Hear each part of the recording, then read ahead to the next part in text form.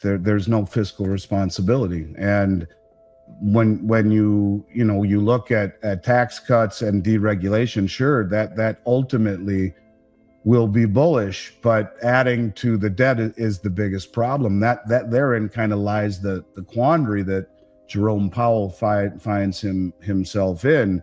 When you're trying to continue to deficit spend, and the debt grows bigger and bigger and bigger and bigger, interest rates have to rise in order to attract people to take your debt. But with rising interest rates, you have a slowing economy, and you reach a level where it just becomes unsustainable with all of the debt. But just the cost of maintaining the government debt becomes unsustainable, and you see a slowdown in the economy. This is kind of why I think Jerome Powell hinted at abandoning the dual mandate. So in other words, you have to do all you can to suppress interest rates, but at the same time, then who wants to buy our treasuries? So this is the quandary that we're in. Who's going to buy it? And who's going to buy it at these rates when we continue to become more and more and more and more indebted? Over time, maybe that reverses. Look, the nobility of what Trump is trying to do is sound. We do need to bring this stuff home. We have to. This is Triffin's dilemma. This is the whole concept of Triffin's dilemma, that when you run the world reserve currency, the world needs more dollars than it can earn from U.S. exports alone. So this is a situation where the U.S. must export dollars. The demand for the dollar, see, Trump wants a weak dollar. But the thing is that you can't have a weak dollar and be the world reserve currency. It doesn't work because the demand for dollars is greater than commerce would ever achieve. And so the buying, constant accumulation of dollars makes the dollar strong.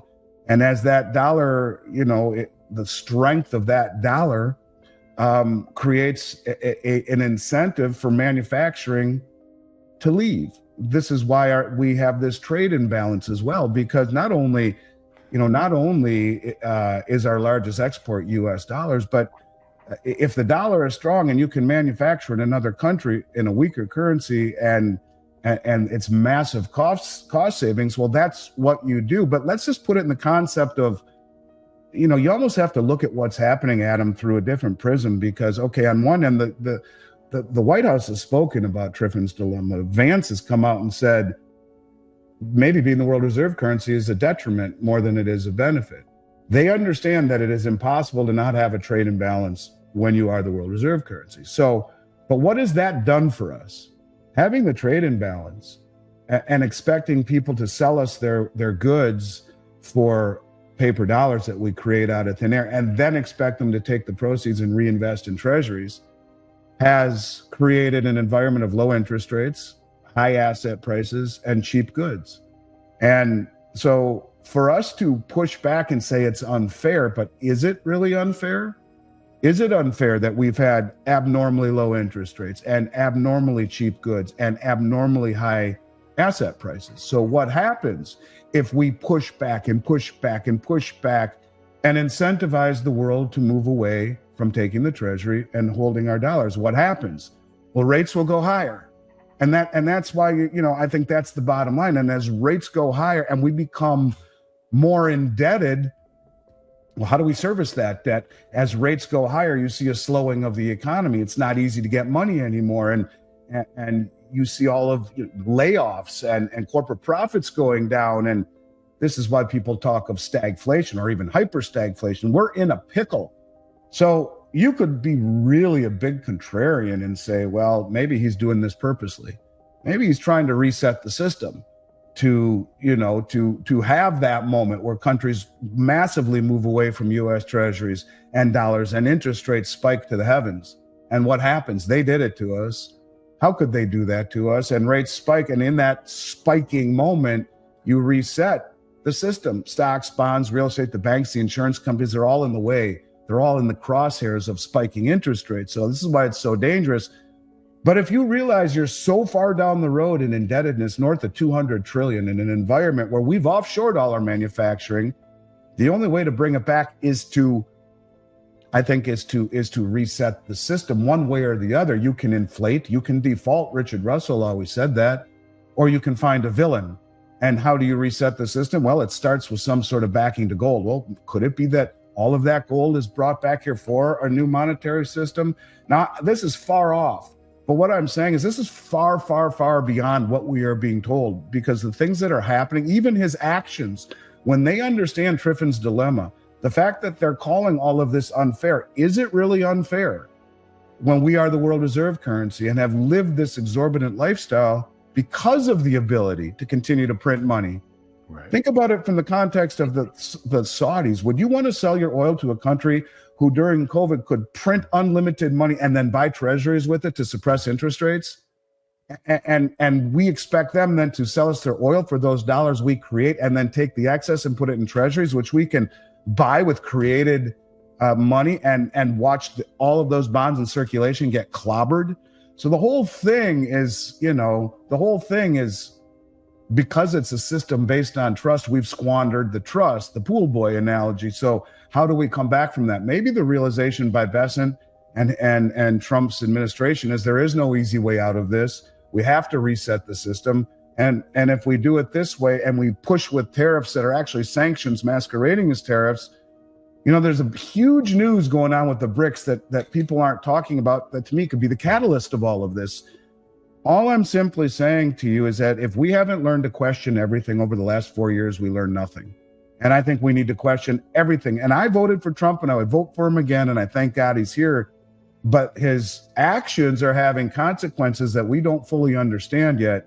And maybe really that's what they're trying to do, because there is no easy way to bring manufacturing back to this country, because we sent it over there because it was much cheaper and greater access to stuff. To bring it back, you're talking empty shelves and much higher prices and a transition period that would really stink. So I guess we'll have to see, Adam, how it all plays out. But I don't think it's what the talking heads are telling us. What alerted me to the BRICS to begin with, before I even got there, was understanding the Belt Road Initiative. And I kind of have to lay a tiny little framework to really make this stick.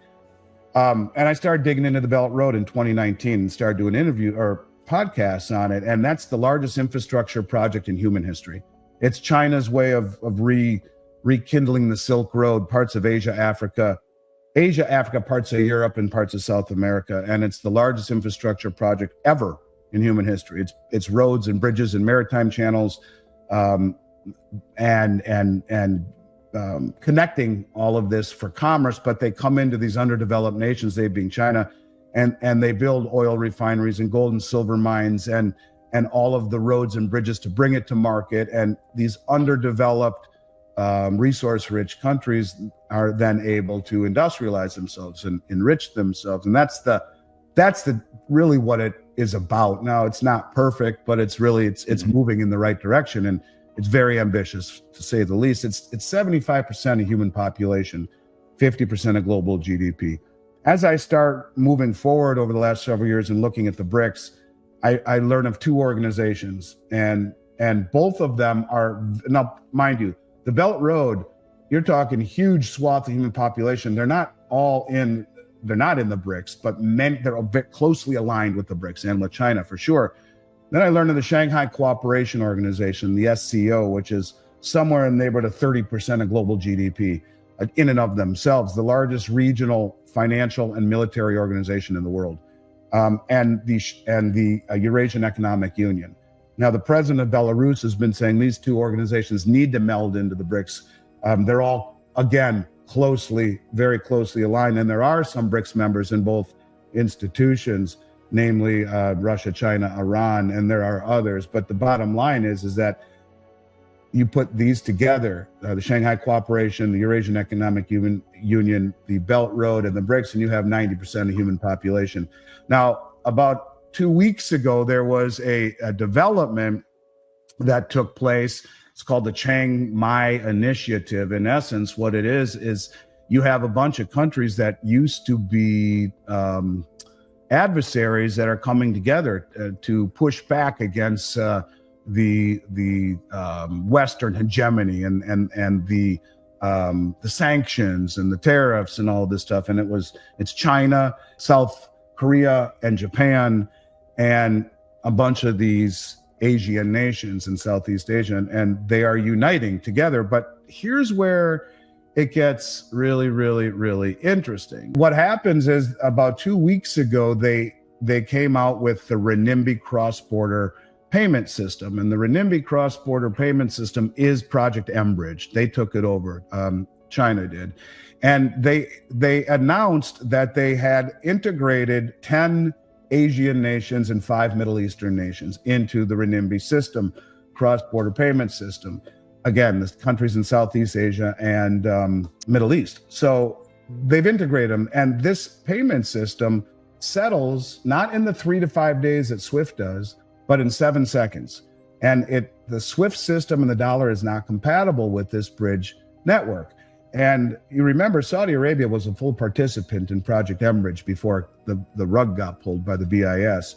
But anyways, so you have this system that is free from SWIFT interference, that settles in 7 seconds, and you have all of these countries that represent 38% of global GDP. Well, why did I mention that other stuff? Get to it in a moment about the other countries, then the other groups.